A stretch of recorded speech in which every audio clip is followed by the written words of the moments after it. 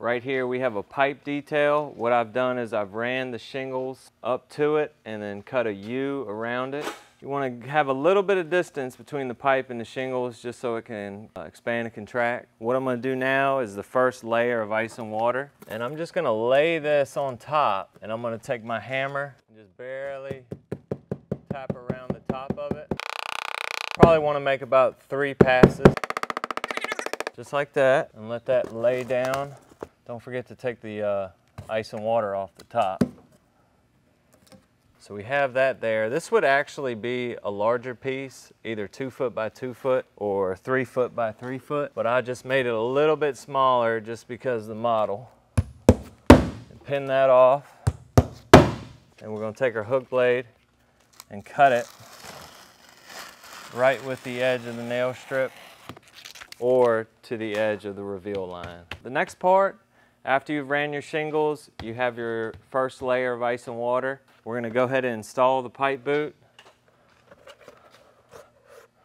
Let that sit down, relax. What you don't want is to push on this top or have it sunk in like that. Make sure when you put it down, you let it relax.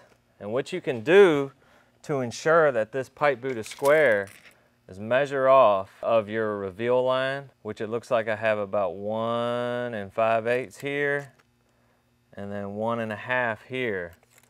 So we'll go ahead and tilt that a little bit. Get it where you want it. Go ahead and place a fastener in it. I tend to only nail the middle of mine.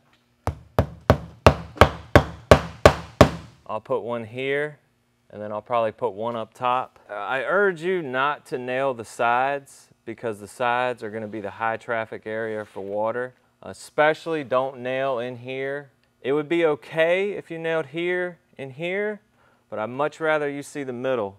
That way it's not in the high traffic area. So I'm going to go ahead and put one more fastener at the top. Really want to make sure that thing looks good and is square, because the last thing you want to do is come back and have to move it or adjust it.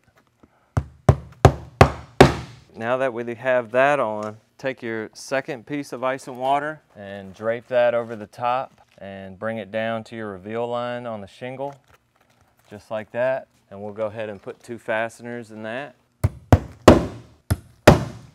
And then we'll take the shingle, put that right over top. Make sure you're on your lines, which we look good there. And we'll go ahead and put a fastener in here. Want to stay 8 inches away. Just like that. And then we'll go ahead and finish out the one next to it. What we'll do from here, we'll go ahead and run this valley out.